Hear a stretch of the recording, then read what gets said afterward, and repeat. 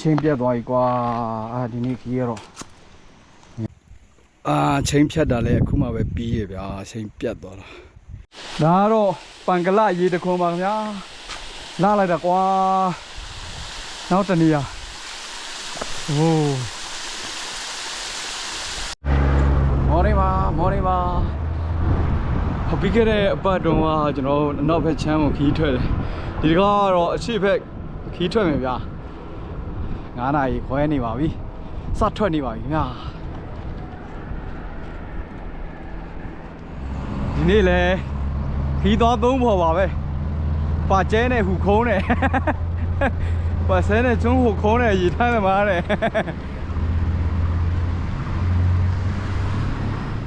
ဒီနေ့သွားမယ့်ခီးထဲမှာလဲကျွန်တော်မရောက်ဘူးသေးတဲ့နေရာတွေတော်တော်များများပါမယ်ပေါ့နော်ဒီဟိုပုံကနေမိုင်းပုံအထိတော့ရောက်ဘူးပြီးသားပေါ့နော်အဲ့ကြံတဲ့အပိုင်းလေးတွေမဲနဲ့တောင်ရဲ့ဟိုအချိတ်ဖက်ချမ်းကြီးပါဗျအမေဒီကနေပြောမယ်ဆိုရင်မဲနဲ့တောင်ရဲ့နောက်ကျောအဲ့မှာရှိတဲ့ကြည်လက်ဒေသလေးတွေဘယ်လိုနေလဲဘယ်လိုနေထားလေးတွေရှိတယ်မသိဘူးဒီနေ့သွားကြည့်ရမှာပါဆိုတော့ဒီနေ့ခီးစဉ်ကတော့ရင်ခုန်စိတ်လှုပ်ရှားဖွဲ့အပိုင်းလေးတွေပါမယ်မရောက်ဘူးတဲ့နေရာလေးတွေသွားမယ်ဆိုတော့ဒီနေ့ကလည်းပျော်တယ်ဗျ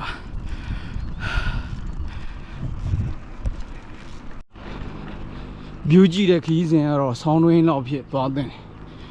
ဘျူးကြည့်တဲ့ခီးစဉ်ဆိုရင်ခုနရသည်ရောက်ဘျူးကဝေးကိုမမြင်ရတော့2 မိုင်လောက်တော့မကောင်းမမြင်ရတော့အဲ့လိုဖြစ်နေတာဟိုဘက်မဲနဲ့တောင်တန်းလေးကြီးကြည့်လိုက်မမြင်ရတော့ဟောဒါတော့ကောင်းမြင်ရတယ်ဟောသူဆန်းတာချောတော့သူယုံတော့တဲ့ရတယ်နဲ့မောလို့ကျွန်တော်ပြန်ဆင်းရပါတော့မယ်တောင်ကြီးနဲ့တာချီလေးလမ်းမပေါ်မှာပဲရှိသေးတယ်ဒီတောင်ကြီးတာချီလေးလမ်းမကြီးကဘိုက်ကမြန်မာနိုင်ငံရှိတဲ့ဘိုက်ကသမားတော်တော်များများနော်စက်ကလင်းတိုးသွားခြင်းတဲ့ညီကိုများတွေအရန်စိတ်ဝင်စားကြတဲ့လမ်းပါပဲ challenge လည်းဖြစ်တယ်ပေါ့နော်တော်တော်များစိတ်ဝင်စားတယ်စပိန်နင်းသက်တစ်ခုရလာပြီဆိုတာနဲ့ဒီခီးကို try ဆင်ကြအောင်တော့ကြော်လဲထိုနီး၎င်းပါပဲနောက်တစ်ချိန်မှာကျွန်တော်တို့ဒီတောင်ကြီးတာချီလေးကနေပြီးတော့မှဟိုဘက်ယူရီးယားထိုင်းဘက်ကိုနင်းနိုင်တဲ့အထီးပေါ့နော် try ကြည့်ရှင်သေးတယ်ဗျာစစ်ကူးလေးရှိပါတယ်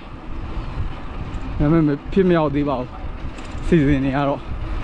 ခုကနင်းနိုင်တဲ့နေထားရှိလို့ကိုရောယုံကြည်တာပဲဒါပေမဲ့သွားဖို့အခွင့်အခါမသိသေးဘူးပေါ့နော်နေလေးထွက်လာလို့ view လေးကနည်းလေးလာပြီဗျာနောင်ခါကြည့်ရမှာပါဆင်းတယ်လေဂျန်နေပါသေးတယ်ထန်ဆန်းကူနားရောက်တဲ့အထိနည်းနည်းလေးပြန်တက်ပြီးတော့မနေ့ပိုင်းကတော့တော်တော်များဆင်းပါပဲဗျနေ့လယ်ပိုင်းလောက်ကြာရင်တော့တက်မဲ့အလေးပေါ့နော်ညနေပိုင်းလောက်ကြာတော့လဲကျွန်တော်တို့မဲနဲ့တောင်ကနေဟိုပုံးကိုပြန်ဆင်းပါမယ်လမ်းခီးမှာဘလို့တွေလာမလဲဆိုတာကတော့ပြောတတ်သေးဘူးပေါ့နော်အားလုံးလိုက်ခဲ့ကြအောင်ဗျာဟေးလဲလာနေရောကဲအစင်းဆုံးပြီဆိုတာနဲ့ထန်ဆန်းစရီကောင်ဘုရားကိုရောက်ရှိလို့လာပြီပေါ့နော်တော့ဒီနေ့သွားမယ်ခီးမနေ့ပိုင်းလေးကတော့ breakfast နဲ့ကတည်းကလမ်းမှာတင်စားပါမယ်breakfast ဆွဲပြီးမှပဲကျွန်တော်လိုရာခီးပေါ့နော်ဒီကျွန်တော်မရောက်ဘူးသေးတဲ့အပိုင်းလေးလာမှာပေါ့အလိုလေးဆန်းဒီစရီကောင်ဘုရားထန်ဆန်းလိုင်ကူတော့ရောက်ရှိလို့လာပြီ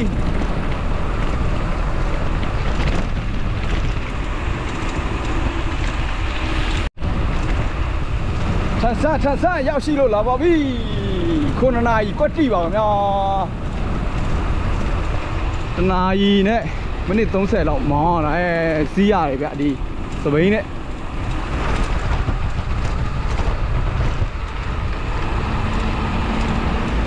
နေလောင်းရိုက်ဆိုတော့ပုံမှန် speed တိုင်းတော့မနေရပါဘူးကျွန်တော်ဖြည်းတသာလေးသွားဆိုတော့နော်ပုံမှန်နင်းတဲ့ပုံစံမျိုးဆိုရင်တော့1 နာရီလောက်ကြာမယ်ထင်ပါတယ် ဒီမနေ့အတွက်တော့တောင်ကုန်ပြီခင်ဗျာတောင်ကုန်ပြီစင်မပဲကြံပါတော့မေရန်lappa တဲ့လက်လေးကိုကြမ်းရှိရောက်ရှိလို့လာပါပြီခင်ဗျာဟုတ်ပါဆင်းရတော့မယ်ဟုတ်ပါဟိုးနော်ဟိုးlappa ပါပြီ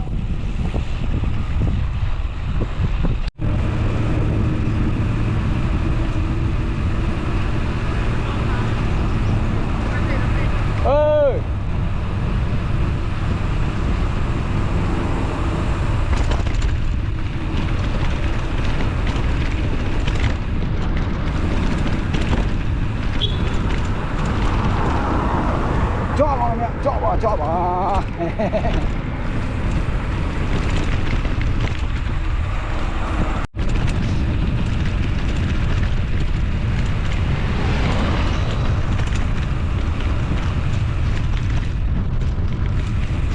တောင်ပေါ်မှာစပိန်နေတဲ့အချိန်ဒီလိုအားပါချက်လေးရှိတယ်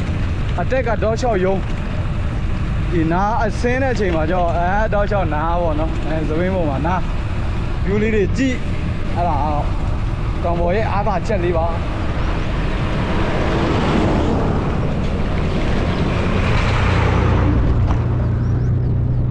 ရန်လာပါတဲ့တောင်တန်း view လေးနဲ့အတူကျွန်တော် breakfast ဒီမှာပဲသုံးဆောင်ပါမယ်ခင်ဗျာ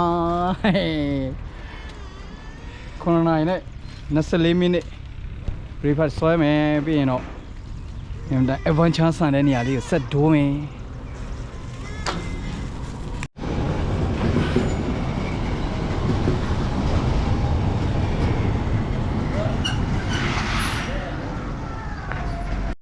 ကိုတော့ဝါဆွဲပြီဒီခရီးသွားသုံးဖော်ပါပဲဒီနေ့လေစစ်တူပိုတူနဲ့ဒီနေ့ရွက်လွင့်ကြမယ်ဗျာ breakfast လေးကိုတော့အဝတီးမယ်ထုံးစံတိုင်းပေါ့ဒီချိန်ကစပြီးတော့လမ်းနဲ့ကျမ်းမှာဖြစ်တဲ့အတွက်ဒီချက်မောင်းလေးနဲ့ပဲရိုက်ပါတော့မယ်ခင်ဗျမြင်တာချုံမောလောက်ပါတယ်ရုပ်ရည်လေးတော့မပြတော့ဘူးเนาะချက်မောင်းနဲ့ပဲရိုက်တော့မယ်เนาะ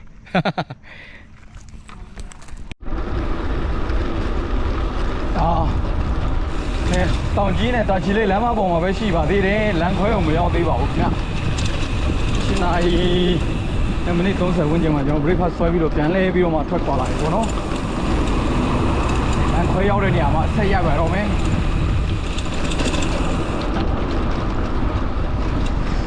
မနေ့ကပဲ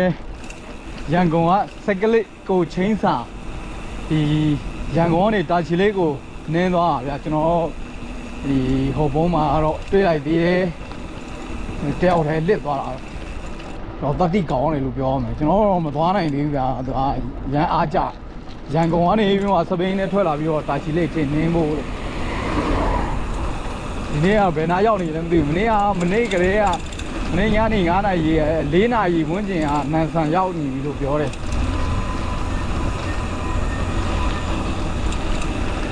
ဒီလိုလမ်းလေးနေခဲ့ရအောင်နော်ဒီလမ်းလေးတိုင်းအိုးရှေ့ကလမ်းကြီးတော့လှနေဗျာနေရပူဖုံထူလမ်းနဲ့တွေ့ပါပြီရှေ့မှာဖုံလေးလုံးတက်နေရပါလှနေပြီမြောက်ဖြစ်တော့မယ်တင်လေโอ้ကွန်ကရစ်တပိုင်းခင်းနေအောင်ဗျလမ်းထက်ချဲ့နေအောင်ဖုံးလေးထူနဲ့အိုးကြိုင်လေးဟိုအဲ့တော့ထောတော်ဒီကားကြီးတွေမလာလို့ဟာနောက်မှလာပြီ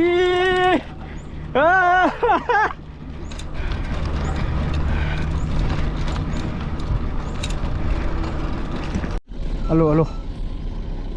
ကားသမားဦးစားပေးရမယ်ရင်ကြီးတွေဦးစားပေးရမယ်လမ်းခွဲမရောက်မချင်းတော့ဒီလိုကြီးတွေပဲကားကြီးတွေနဲ့တွေ့နေရအောင်ပါပဲလမ်းခွဲသွားရွာကြီးရွာကြီးလက်လမ်းလေးသွားရင်တော့ဒါမျိုးတွေမမြင်ရတော့တာရသွားတာပေါ့နော်ပုံကြီးတွေလမ်းခွဲတာပါဗျာဒုံလီတန်းတဲ့လမ်းခွဲလေးရှိတာကျွန်တော်မသိလိုက်ဘူးသိတယ်ပေါ်တာလည်းနောက်မှချမ်းနေခဲ့ဖုံးပြောရင်းနဲ့ ဒီမှာရက်လိုက်တာမှန်သွားတယ်ဒီပေါ်တန်းတိုင်းလေးတော်တော်မှာ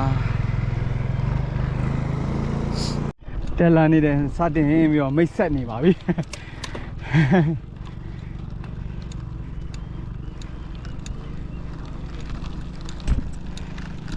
ဟိုးအစင်းကတော့ပခြားကီလိုမီတာနဲ့တောင်အစင်းလိုမျိုးပါပဲဟိုးမတ်တယ်ဟိုးအစင်းလားတော့ရှည်မဲ့သဘောရှိတက်လာခဲ့ရတာလေချွေးရလီတာဝက်တော့ရှိသွားတယ်အိုးရလိုက်တာ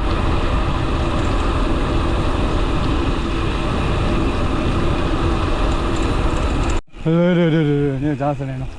ဟိုး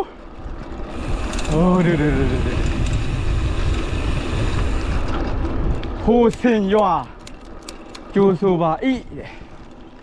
ဒါဟိုစင်ရွာထင်းရဗျာဒီသားအိမ်လေးတွေနဲ့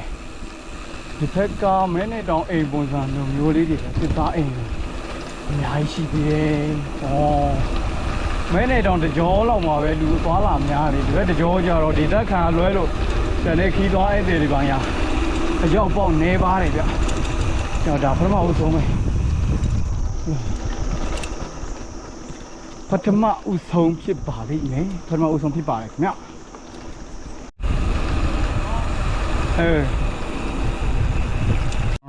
နေလေးစကြမ်းနေပါပြီဟင်းကုန်းလေးကတော့ကျွန်တော်တို့ရွှေဦးတောင်းတောင်တက်တဲ့အတိုင်းလေးပါပဲခင်ဗျအနောက်ဘက်ကရွှေဦးတောင်းတောင်ထောင်းနေအောင်တက်အဲ့လိုပုံစံမျိုးလေးပါပဲဟိုပုံကနေမန်းပုံကိုလာတာဒီလိုအတက်လမ်းမရှိဘူးဝါ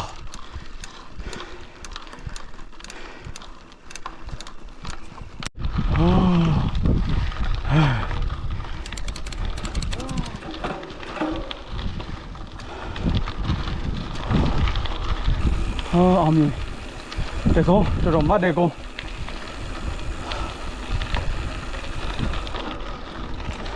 တုံဝဲလုံးကြချုံတဲ့အော်တဲ့ကိုတော်စပိန်ပဲမိုက်တယ်ကွာစနမတ်တဲ့တောင်လေးရဲ့ဒီဟာတက်သွားချစ်အသွားပါတော့သွားပြီးတော့ဒါ40ကျော်မနေနဲ့အော်50လောက်ရှိမှရှင်ဒါဝဲလုံးရွာဟုခေါ်ပါသည်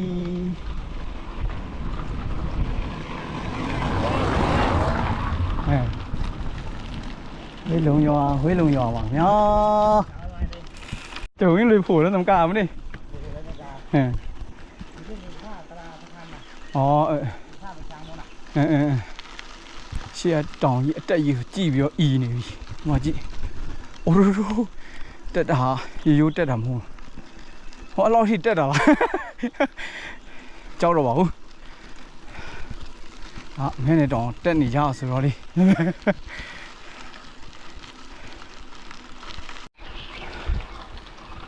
လိုတက်တာ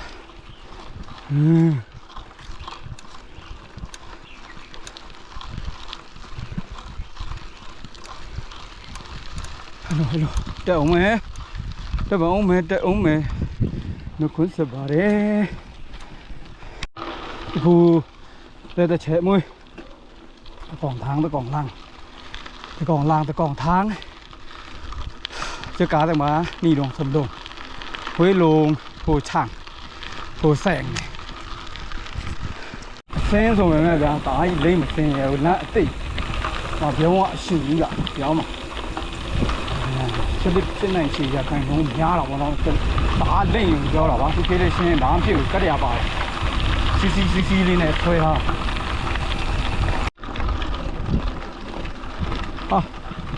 ခင်းနေတော့ကတ်ရလန်းဆုံးကတရာဖူสุดใกล้แล้วสื่อลงผู้ลงกูต่อรอโอ้โหเชี่ยหลังอย่างนี้เนี่ยได้โลเนี่ยฮะโอ้ရှင်နေကြည့်လိုက်ဦးမယ်ဖြတ်မောင်းလို့ရမရဖြတ်နေလို့ရတော့ပါတယ်အိုးတို့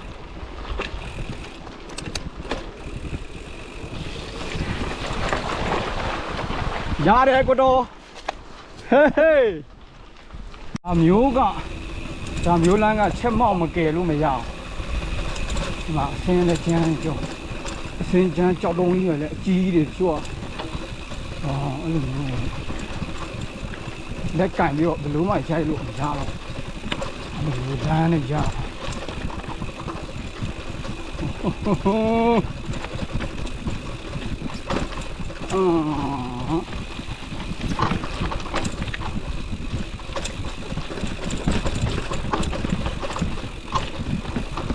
နေ့လေဒီမှာတလန်းလုံးကြည့်လာတာဟိုးမိန်လန်းဘေးမှာကျတော့တွေ့တယ်ဖုံများလို့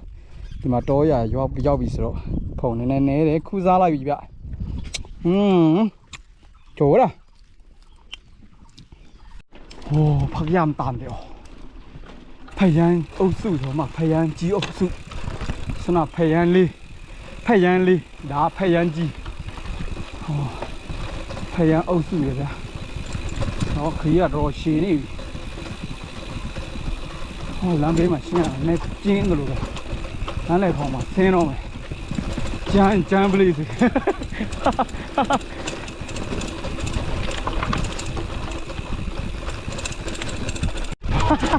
လမ်းရဟိုမိုးပေါ်ထောင်တဲ့လမ်းတော့မဟုတ်တော့ပါရှားလမ်းတော့ရှိမှာပါ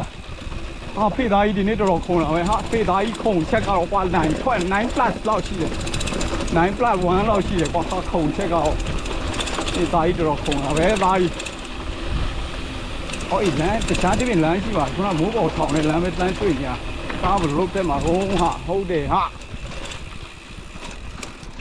ဒီဟာတိတ်ဆုံးတင်ထားမယ်သားကြီးတို့မလွယ်ဘူးဟာငါသားကြီးငါချပြီ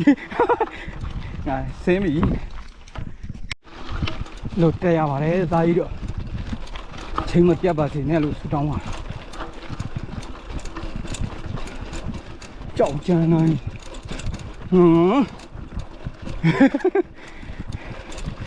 ဟိုဆင်းရတော့ပို့ဆိုးတယ်အမလမ်းရှိရသားနဲ့လမ်းထဲမှာနေလို့မရဘူး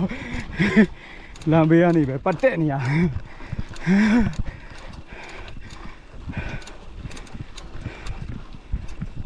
်းကော်ဖီကိုမျိုးတင်တာ export လို့တော့မနေ့တောင်ကော်ဖီလို့ခေါ်ပါတယ်အိုးဝါရီမွေးအိုးလာလိုက်တာဗျာမကြည့်မဲနဲ့တောင်အချစ်ဖက်ချမ်းမှာပါခင်ဗျာကျွန်တော်တို့ကနော်မိုင်းပုံဖက်ချမ်းမှာပေါ့နော်မိုင်းပုံဖက်ချမ်းမှာမိုင်းပုံတော့မဟုတ်အောက်ချင်မဟုတ်သေးတောင်တန်းပေါ်ကလမ်းကြောလေးပေါ့ဗျာဒီပွန်ချောင်းဘေးကလမ်းကြောလေးလည်းရှိသေးတယ်လို့ပြောတယ်နော်လောလောဆယ်ကတော့ဒီကြောလေးကိုအရင်ဖြတ်ကြည့်လိုက်ပါဦးမေတောင်ဆောင်လေးပေါ့ဗျာဒီလမ်းလေးကတော့ဒါဖယန်းကြီးရဲ့အခြေခံပညာမူလတန်းကျောင်းကြီးပါခင်ဗျာတော်တဲ့တောင်ထဲမှာရန်တာယာလာပါတယ်မူလတန်းကျောင်းလေးတော့မူလတန်းကျောင်းရှိရဘေးလားလမ်းလေးတိုင်းပဲဖြတ်သွားပါမယ်ဟိုးရေလေးဖြတ်တာဟောမိုင်းရှူကဒီလိုဟုတ်လို့လားဘုန်းကြီးကျောင်းခဏဝင်လိုက်ပါမယ်မိုက်ကောင်ဓမ္မပါဠတောရကျောင်းပါခင်ဗျာ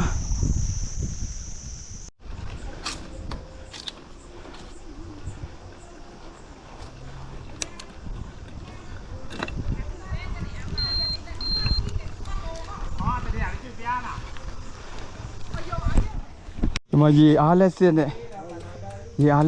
ဟိုမှာမီးကနေခင်းပါလင်းတယ်ဗျာ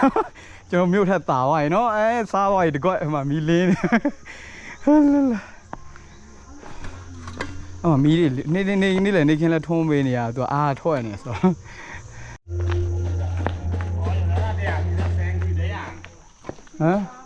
အစင်းကလည်းဒီလိုပဲတက်ကလည်းဒီလိုပဲဗျာဟာရိကတော့တော်မြင့်190 160ကျော်ပြီလာဟာရိဒီနေ့ကတော့တော်မြင့်တယ်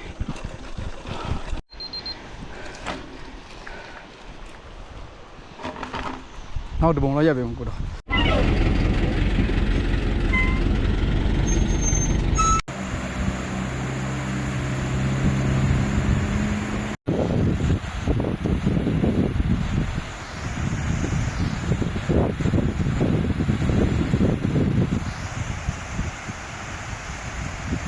ဒုံလီတန်းရေတခွန်လေးပါလာချက်ကသွားပြီဗျာကျွန်တော် view ကကြည့်လို့မရဘူးပေါ်လာတွေကသွားချင်နေပြီသွားတော့မယ်ဗျာလမ်းရှိရနဲ့လမ်းထဲကိုမသွားတဲ့တကယ်လူချမ်းကြီးအဖွဲ့တွေပါကွာငါတော့လမ်းထဲမှာသွားတော့မယ်ဟာမကြီးလမ်းဘေးကိုလမ်းကိုချောင်ပြီးသွားဟာတက်လိုက်ဒါမီးတန်ခံနိုင်တဲ့အပင်လေးတွေပဲကြမ်းပါမီးလောင်ပြင်းပါခဏမြင်နေရတယ်ဟိုမှာမြူလိုမျိုးအုပ်ဆိုင်နေတာတော်မီးလောင်ထားမီးခိုးငွေတောင်းနေမှာအပြည့်ပဲအဒီလိုမီးရှို့ကြတယ်ကွာမျိုးစားကဲဘရိတ်တို့ကြည့်လိုက်စမ်းမအောင်မီးလောင်ပင်တစဆိုတာတုတ်တန်ပင်တစမဟုတ်လူတူကင်းမဲနဲ့တို့3ယောက်ပဲရှိတယ်။အိုးနာပဲကွာချားပါတဲ့ဒေသမှာဒီလိုလာတွေ့တယ်မိုးရာသီမှာကျတော့အရေချွမ်းတယ်နွေရာသီမှာအရေတိတ်မချွမ်းဘူးမက်ချိုတယ်ရှင်းပြတ်သွားပြီကွာဒီနေ့ခီးရတော့မရတော့ဘူးထင်နေမချင်းဆက်တမ်းတဤပါတော့နော်ချင်းပြတ်သွားပါပြီဒီအတက်လေးမှာဒီအတက်ကတော့မတ်တာပဲတွန်းတက်လိုက်ရင်ဟုတ်သားပဲအေးစွနင်းတက်လိုက်တာဟာတော့ချင်းပြတ်သွားဟောဆရာသမားနေအားကောင်းတယ်ကဲပိုးစားသည်ပါပြိတ္တကြီးတို့ရေကဲစားမယ်ဟာအထဲမှာနေအောင်လေးနော်ချန်စီယိုပင်ကောင်းငတ်ကြီးကြနေကောင်းတကယ်ချင်းနေenergy ထပ်ဝင်လိုက်ပြီဗျာကျဲတထုတ်တော့မဟုတ်အသီးလေးတွေထပ်ဝင်လိုက်ပြီဒါ natural energy ဘောနော်ဒါလေးကကြောင်မသွားဘူးဆိုလုံးဝမသွားပြီဟေးဆိုရင်ဒီမှာကြည့်လိုက်တော့အမြင့်ပေဘလောက်မန်းတော့မသိတော့ဟိုလမ်းဟိုအောက်မှာမြင်နေရတော်မြင့်သွားပြီအဝင်ကလည်းအဲ့လိုမျိုးကြိုဆိုတာနော်။ဟာကြည့်ဆိုင်ဘုတ်လေးကလမ်းစာတဘောတစ်ကိုင်းလေးနဲ့အတက်လေးနဲ့ကြိုဆိုနေပါပြီ။ရောက်ပါပြီ။ဆိုင်ဘုတ်နည်းနည်းရိုက်အောင်မယ်ဒီကိုတော်ဒီမှာဒီလောက်ခက်ခဲနေရောတက်ရလိုက်ရွာလေးကိုဟမ်လာဓာတ်ပုံလေးရိုက်မယ်သူရိုက်ကိုရိုက်ပဲရော့ဘိုင်နဲ့ချက်ထားမယ်1 2ဟိုးသူလက်သူဒုံလီတာမစနေဩဟာဒုံလီတန်းကြီးရွာလို့ခေါ်ပါတယ်ရွာထဲကိုရောက်နေပါပြီချိန်ပြတ်သွားလို့ကွာခရီးစဉ်လေးကတော့ပြီးအောင်နေရမလားဒီနေ့ရင်ခုန်လှုပ်ရှားပွဲကောင်းနေပါတယ်ချိန်ဆက်လည်းမသေးမိဘူးဗျာ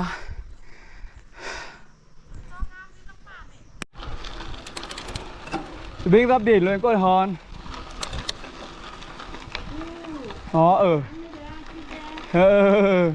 Tới là sự của. La. Dạ view à luôn rồi. Tổng số mà nè.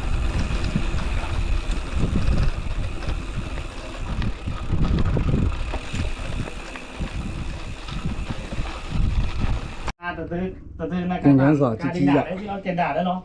ချိန်ကတော့တင်ငန်းစာလေးတွေပြီးသွားပါပြီချိန်ဖြတ်တာလည်းအခုမှပဲပြီးရဗျာချိန်ပြတ်သွားတာရွာပြူလေးကရမ်းလာပြန်มาတော့မယ်ချိန်ပြတ်သွားတယ်နည်းနည်းကြာသွားတယ်ဗျာလိုင်းရဘယ်လိုကြီးတော့ဟာဟဲ့နေပန်တက်တဲ့လိုင်းကိုရိုလေတိုက်မိုက်ရကွာလေကတိဆိုင်ခင်းလေးနဲ့ဒါပန်ကလာလို့ခေါ်ပါတယ်ပေါ်မှာရွာတွေ့လားချက်မောင်းနေရရင်ဆိုတော့မြင်ရမမြင်ရလားမသိဘူးရွာပေါ်မှာတောင်ဆောင်မှာရမ်းလာဗျာဆန်နန်းဆန်တယ်ဒီသားတရားကြီးပါကွာဒီသားတရားကြီးဒီကြီးတွေနဲ့ချ